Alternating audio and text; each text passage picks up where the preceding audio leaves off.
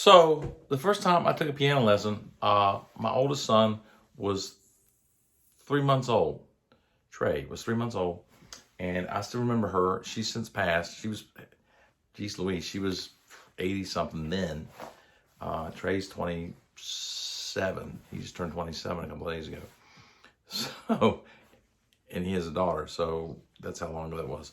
My first piano lesson, her name was Alita Jo Nash. She lived right outside of Salem in an apartment. She had a Steinway piano, which was awesome, except that it sucked. And she was fighting Steinway over it. It was an upright.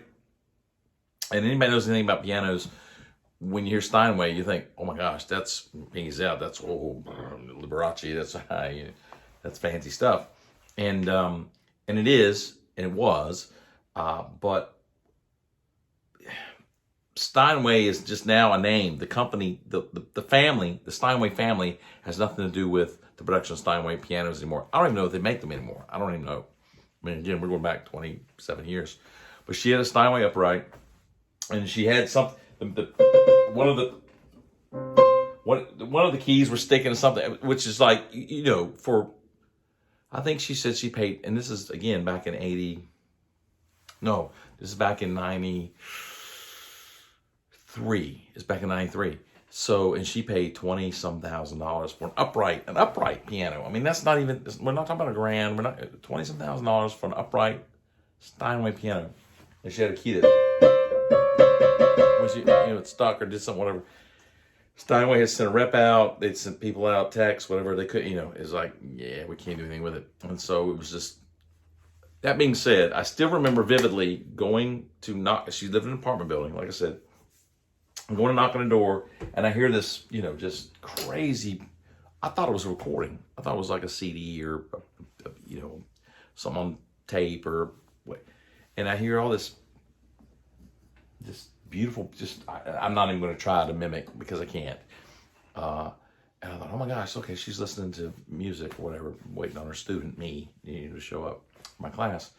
And I go there, no, it was her playing. It was her playing. And the funny thing was, this woman, her hands were like this. She had arthritis. She was 80-some years old when I was taking lessons back in 93.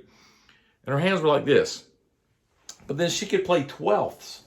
And if you know anything about music, an octave is, you can't see that. So, there we go. Oh, the other way. Okay. So that's an octave. That's an octave. That's a pretty good spread right there. That's what she said. This woman could play 12ths.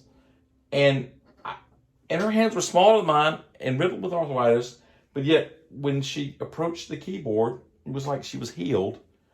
He touched me, oh, he touched me, and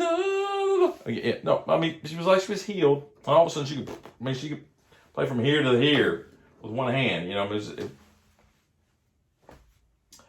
So I had told her before we met for the lesson, I said, well, I played a few things, and I kind of sort of am a musician. At least I play one on TV. And, I dabble in piano and whatever. And she goes, well, you know what? This is her speaking. She says basically before I want to see where you're at. What's your level, where, da-da-da-da. So show me what you got. Show me what you got, kid. So, okay. So this is what I played. And I'm not going to play the whole thing, but this is what I play. So I play this. I go, hell, I can't play that now. Okay.